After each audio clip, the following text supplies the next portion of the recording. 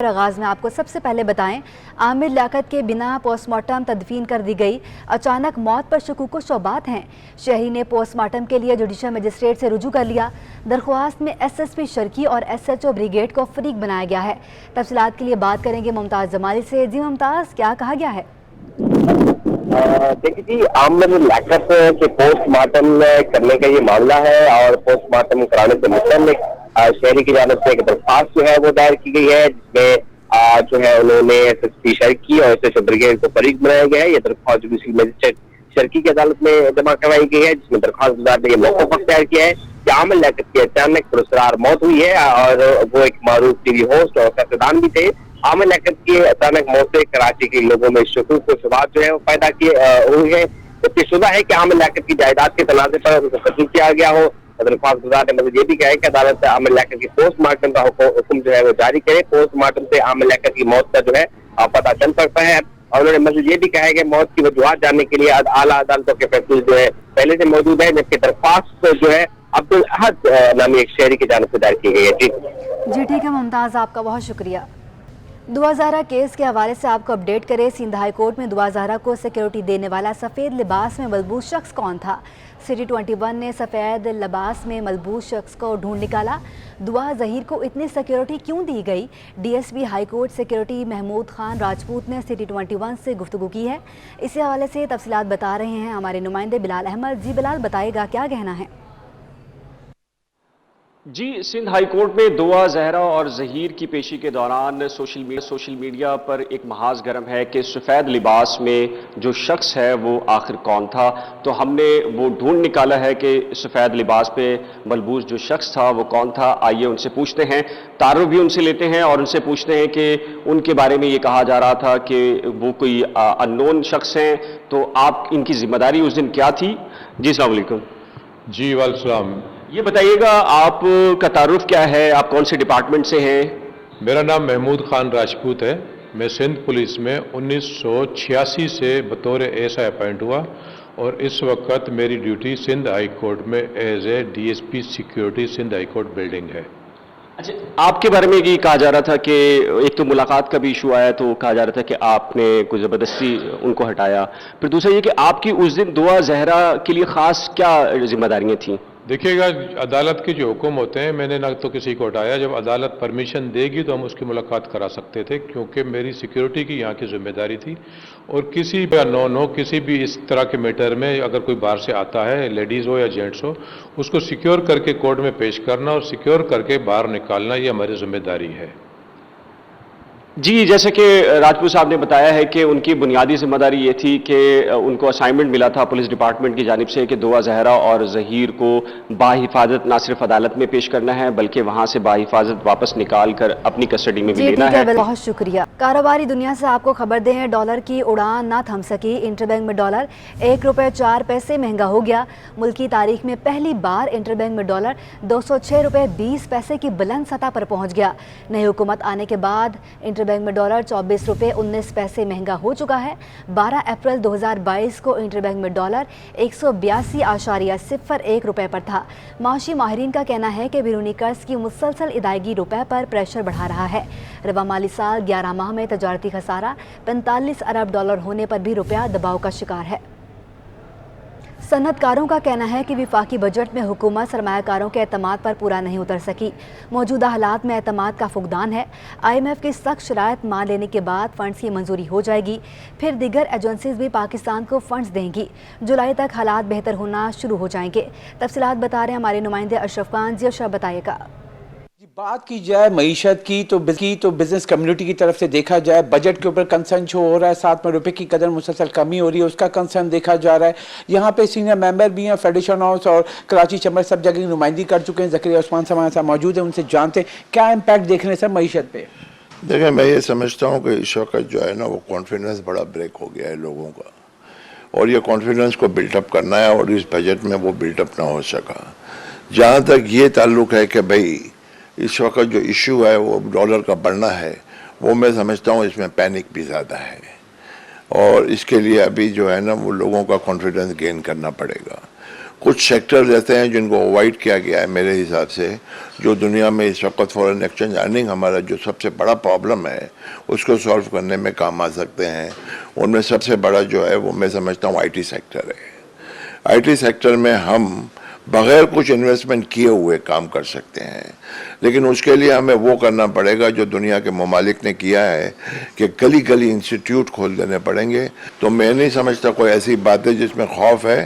ठीक है, आईएमएफ हमें इस वक्त एक्सटेंड पे लेके जा रहा है कि हम उनकी हर बात मान लें, लेकिन मैं समझता हूँ कि इंशाल्लाह अगर आईएमएफ के पैसे आ जाते हैं तो हमारे बाकी जो है 8-9 बिलियन डॉलर जो इस वक्त चाइना ने भी आज रिवॉल्व की बात की है और एडिशन की भी बात की है, और हमें डेवलपमेंट बैंक जो है इंटरनेशनली और जो इंटरनेशनल फिनोमेना है, देखें महंगाई में अभी सऊदी अरब गया था, महंगाई तो हर जगह है।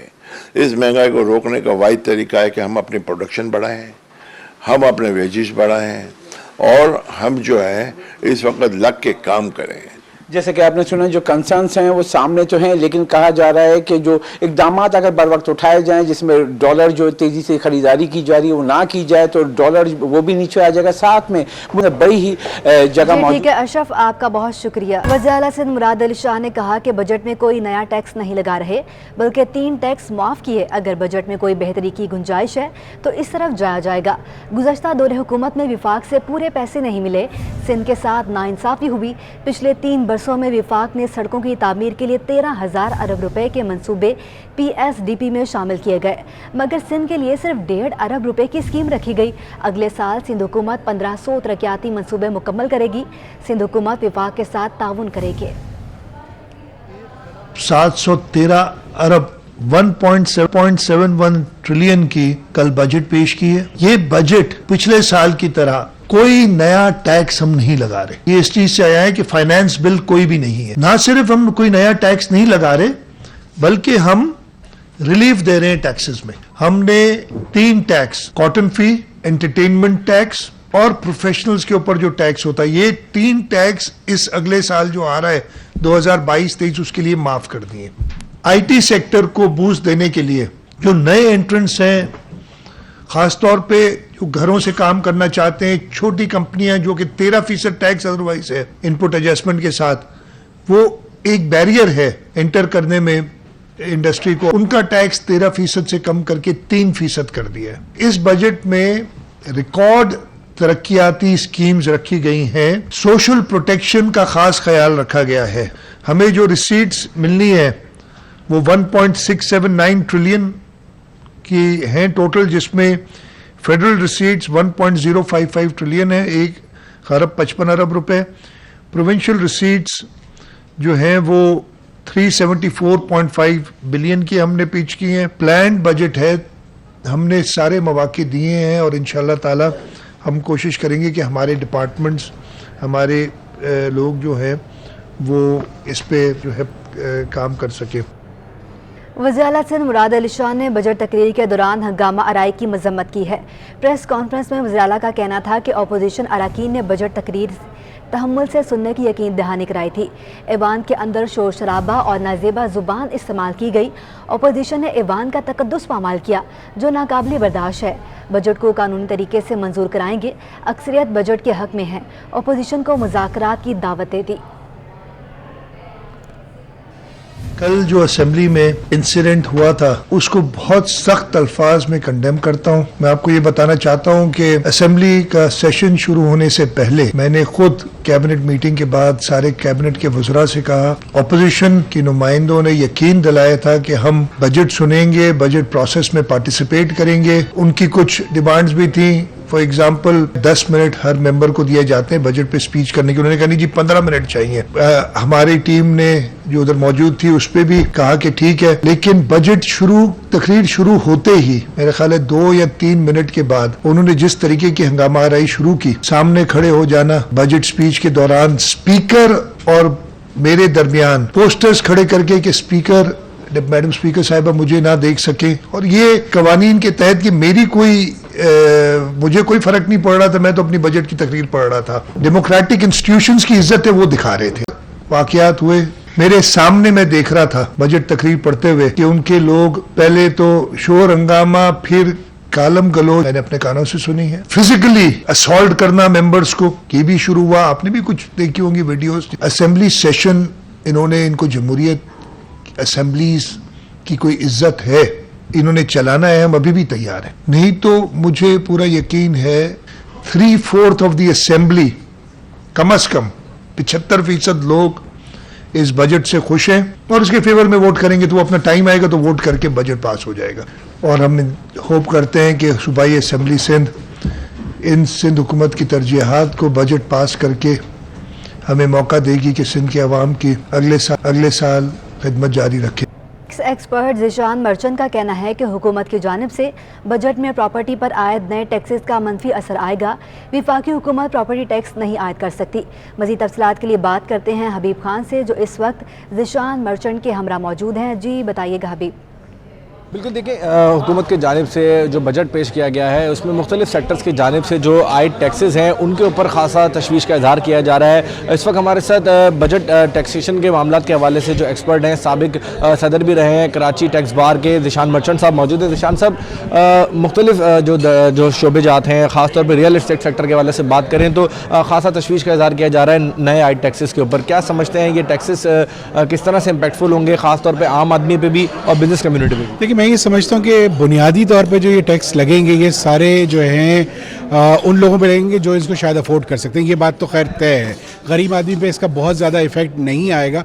अलबत्ता कुछ ऐसे चीज़ें हैं कि जहाँ पे गिफ्ट की सूरत में, इनहेरिटेंस की सूरत में या किसी और इसी ट्रांसफ़र ऑफ एसेट हुए हैं जो जद्दी पुश्ती चलते आ रहे हैं, वो अगर किसी को ट्रांसफ़र होते हैं तो अगर वो 10,000 रुपये की कॉस्ट थी उसकी, तो उसको अब लॉ ने कहा है कि 10,000 रुपये की ही ट्रीट की जाएगी, चाहे वो 1 करोड़ की बिके या 10 करोड़ की बिके, तो उस पर कैपिटल गेंस टैक्स की इम्प्लीकेशन आएगी। तो ये एक बहुत उन लोगों के लिए परेशान कुन बात है कि जिनको इनहेरिटेंस या गिफ्ट में प्रॉपर्टीज़ मिलेंगी। अच्छा, जहाँ तक बात दूसरी जो इन्होंने की है कि पॉवर्टी एलिविएशन के लिए कुछ टैक्सेस लगा रहे हैं और इमूवेबल प्रॉपर्टी पे जिनके पास 2.5 करोड़ रुपए से ज़्यादा की इमूवेबल प्रॉपर्टी है उन पे टैक्स लगा रहे हैं, तो मैं ये समझता हूँ कि जी कॉन्स्टिट्यूशन की जो फेडरल लेजिस्लेटिव लिस्ट है उसकी एंट्री 50 इनको अलाउ नहीं करती कि ये इमूवेबल प्रॉपर्टी पे टैक्स लगाएं। बिल्कुल, ज़ीशान मर्चेंट साहब इस वक्त हमारे साथ मौजूद थे और उनका यही कहना है कि इस वक्त हुकूमत को जो है वो देरीना फैसले करने होंगे और ऐसे फैसले करने होंगे जिसका आने वाले वक्तों में जो है वो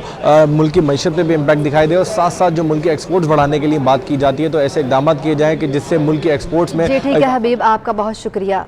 अब बात करेंगे शहर में जारी ज़िमनी इंतखाब की। तो हल्का NA 240 में ज़िमनी इंतखाब का दंगल कल सजेगा। इंतखाबी मुहिम को ब्रेक लग गया। सियासी जमातों के जल्द से जुलूस करने पर पाबंदी की खिलाफ वर्जी करने वालों के खिलाफ एक्शन एक्ट के तहत कार्रवाई की जाएगी। हल्का NA 240 में ज़िमनी इंतखाब का दंगल कल सजेगा। इंतखाबी मुहिम को ब्रेक लग गया है। सियासी जमातों के जल्द से जुलूस करने पर पाबंदी की खिलाफ वर्जी करने वालों के खिलाफ एक्शन एक्ट के तहत कार्रवाई की जाएगी। खबरों का सिलसिला आगे बढ़ाएं, आपको बताएं पाकिस्तान रेलवे शदीद माली बहरान का शिकार है। ट्रेन ड्राइवर्स ने तनख्वाहों की अदम अदायगी पर ऑपरेशन बंद करने की धमकी दे दी। इंजन ड्राइवर्स का कहना है कि हर माह 10 तारीख को तनख्वाह जारी की जाती है। गुज़श्ता कई माह से तनख्वाह ताख़ीर से दे दी जा रही है। आज 15 जून हो जाने के बावजूद ताहाल तनख्वाह जारी नहीं की गई। तनख्वाह जारी न हुई तो ट्रेन ऑपरेशन बंद करने पर मजबूर होंगे। Rehnuma technical shed staff Shahid Iqbal का कहना है कि टेक्निकल शेड स्टाफ ने भी बर वक्त तनख्वाह ना मिलने का खदशा जाहिर कर दिया। इतला है कि हमें तनख्वाह 16 की बजाय 10 से 12 दिन लेट दी जाएगी। महकमा रेलवे ने हर माह वतीरा बना लिया है। हमारे घरों के चूल्हे ठंडे पड़ने लगे हैं। बोर्ड बेसन कोऑपरेटिव मार्केट चार्ज पार्किंग का ठेका मनपसंद अफराद को देने के केस की समाअत हुई। सिंध हाई कोर्ट ने एडमिनिस्ट्रेटर कराची, सेक्रेटरी बल्दियात, DMC जुनूबी को नोटिस जारी कर दिए। Director charge parking SHO spray D board बेसन को नोटिस जारी कर दिए गए। अदालत ने फ्रीकैन से 1 जुलाई के लिए जवाब तलब कर लिया। तफसीलात के लिए बात करेंगे बिलाल अहमद से। जी बिलाल, अदालती रिमार्क्स के हवाले से आगाह कीजिएगा। जी, बोर्ड बेसन और कोऑपरेटिव मार्केट चार्टर पार्किंग का ठेका मनपसंद अफराद को देने का ये मामला है। सिंध हाई कोर्ट में एक आईनी दरखास्त दायर की गई, जिसके बाद अदालत ने समाअत करते हुए एडमिनिस्ट्रेटर कराची, सेक्रेटरी बल्दियात, DC जनूबी और दीगर को नोटिस जारी करते हुए जवाब तलब कर लिया है। दौरान समाअत दरखास्त गुजार अनवर ज़ेब ने अदालत को बताया कि जनवरी 2021 में ये ठेके के लिए टेंडर जारी किया गया। दरखास्त गुजार ने तमाम ज़ाब्ते की कार्रवाई पूरी की। और उसमें सबसे ज्यादा बोली दी थी, लेकिन तमाम तर ज़ाब्ते की कार्रवाई मुकम्मल करने के बाद ठेका मनपसंद अफराद को दे दिया गया, जो कि एक गैर कानूनी अमल है। जी ठीक है बिलाल, आपका बहुत शुक्रिया। शहर में सब्जियों की कीमतों में कमी वाक़या न हो सकी। हरा मसाला और दीगर रोज़मर्रा के इस्तेमाल की सब्जियां ताहाल इजाफी कीमतों पर फ़रोख्त की जा रही हैं।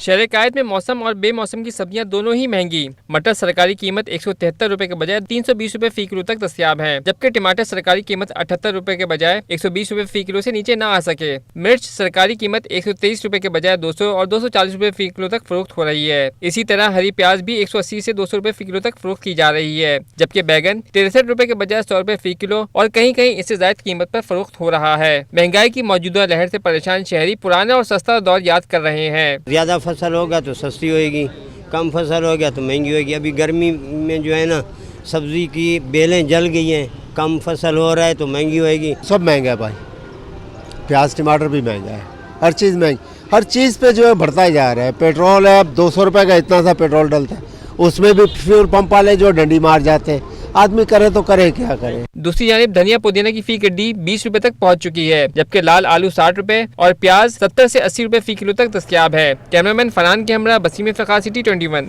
कराची में 17 साल लड़की रिक्शा चलाकर अपने घर वालों की कफालत कर रही है। अलीशा मर्द मुसाफिर नहीं बिठाती और मगरिब से पहले घर लौट जाती है। हमारे नुमाइंदे वाहिद रज़ा अस्मानी इस वक्त अलीशा के साथ मौजूद हैं और उनसे गुफ्तगू कर रहे हैं। आइए आपको भी दिखाते हैं। जी, इस वक्त मैं मौजूद हूँ ड्रिग रोड पे, जहाँ एक यंग लड़की जो है वो रिक्शा चला रही है और अपने घर वालों की कफालत कर रही है। हम कोशिश करेंगे इससे बात करते हैं। अलीशा नाम है इनका और ये तकरीबन 1 साल से ये रिक्शा चला रही हैं। अलीशा, आप क्यों रिक्शा चलाने की आपको नौबत आई और आप कोई और नौकरी भी कर सकती थी? काफ़ी यंग है, आपकी पढ़ाई भी आपने शायद कंप्लीट नहीं की, तो क्यों चला रही है रिक्शा और आपके घर में कौन कौन है जिसकी वजह से आप ये कफालत कर रही हैं? जी बस वालिद साहब थे, उनका इंतकाल हो गया। वालिद साहब जिंदा थे वक्त से मैं रिक्शा चला रही हूँ। भाई कोई नहीं, 6 बहनें हैं और मैं सबसे छोटी हूँ। 4 बहनों की शादी हो चुकी है, एक मेरे से बड़ी और एक हम घर पर है। एक घर संभालती हूँ, मैं रिक्शा चलाती हूँ, घर के अखराजात पूरा करती हूँ। किलात तो बहुत आती हैं, कहीं ख़राब हो जाए या कहीं, और घर की परेशानियाँ हैं, मतलब कमाने वाला कोई नहीं है, भाई नहीं है, अब्बू फौत हो चुके हैं। फिर रिक्शा, अब्बू की भी ख्वाहिश थी कि मेरी बेटी रिक्शा चलाए, बेटा तो कोई नहीं है तो घर चलाएगी। मर्द पैसेंजर आप बैठाती हैं और दूसरा कि आपको रिक्शे का टायर चेंज करना अब आता है? जी अब आता है, पहले सामान वगैरह नहीं था, अब आता है। अब किसी ने दिला के दिए, फिर मैं टायर वगैरह चेंज। मर्द पैसेंजर आप बैठाती हैं? नहीं, मर्द नहीं बिठाती, सिर्फ लेडीज बिठाती। अच्छा, मर्द पैसेंजर नहीं बैठी। कितनी कमाई हो जाती है इस महंगाई के दौर में आपकी एक दिन में? जी बस कभी 800-900, कभी बिल्कुल भी नहीं लगती, कभी 200, कभी 50, इस तरीके से। कितनी है आपकी? और ये जरा ये बताएगा कि अगर आपको कोई नौकरी देगा तो आप नौकरी करेंगी क्या? जी पहले कुछ घर का हो जाए, क्योंकि अगर नौकरी भी करेंगे तो घर किराए का घर है, किराए में जाएंगे पैसे। ये होगा घर अपना होगा तो फिर इंशाल्लाह। आपने बात सुनी है अलीशा की, 17 साल की लड़की हैं और गुज़श्ता 1 साल से रिक्शा चला रही हैं, अपने घर की कफालत कर रही हैं। वालिद इनके नहीं है, उनका इंतकाल हो चुका है। 6 महीने पहले उन्होंने बताया उनका इंतकाल हो गया। उनकी वालिद की ज़िंदगी में ही उन्होंने रिक्शा चलाना शुरू किया था। ज़्यादा कमाई नहीं होती है, लेकिन फिर भी अपने घर वालों का, अपनी वालदा का और जो अपनी बहन है उनकी कफालत कर रही हैं। हमारी दुआ है कि इनको कोई अच्छी नौकरी मिल जाए, इनके घर का भी बंदोबस्त हो और ये फिर अपनी पढ़ाई भी मुकम्मल कर सकें। वाजिद, आपका बहुत शुक्रिया। इंटरबैंक में डॉलर 1 रुपये 30 पैसे महंगा हो गया। मुल्क की तारीख में पहली बार इंटरबैंक में डॉलर 206 रुपये 46 पैसे की बुलंद सतह पर बंद हुआ। एक दिन में रुपए की कदर में 0.63% कमी हो गई। नई हुकूमत आने के बाद इंटरबैंक में डॉलर 24 रुपये 45 पैसे महंगा हो चुका है। तफसीलात जानने के लिए बात करेंगे अशरफ खान से। जी अशरफ, बताइएगा। जी, आज भी डॉलर की उड़ान ना थम सकी। इंटरबैंक में डॉलर एक ही दिन में 1 रुपये 30 पैसे मजीद महंगा हो गया। मुल्क की तारीख में पहली बार इंटरबैंक में डॉलर 206 रुपये 46 पैसे की बुलंद तरीन सतह पर बंद हुआ है। स्टेट बैंक की रिपोर्ट के मुताबिक एक दिन में रुपए की कदर में 0.63% कमी हुई है और नई हुकूमत आने के बाद 12 अप्रैल 2022 से लेकर अब तक इंटरबैंक में डॉलर 24 रुपये 45 पैसे महंगा हो चुका है। माशी माहिरीन का कहना है कि डॉलर जिस तेजी से महंगा हो रहा है, दरामदी लागत बढ़ रही है और महंगाई की रफ्तार में मजीद इसी हिसाब से इजाफा हो जाए, क्योंकि पैदावारी लागत मुसलसल बढ़ रही है, जिस वजह से बिजली की कीमत, गैस की कीमत पे भी इम्पैक्ट पड़ रहा है, जिससे तमाम बोझ पे आवाम पर भी मुंतकिल होगा। जी ठीक है अशरफ, आपका बहुत शुक्रिया।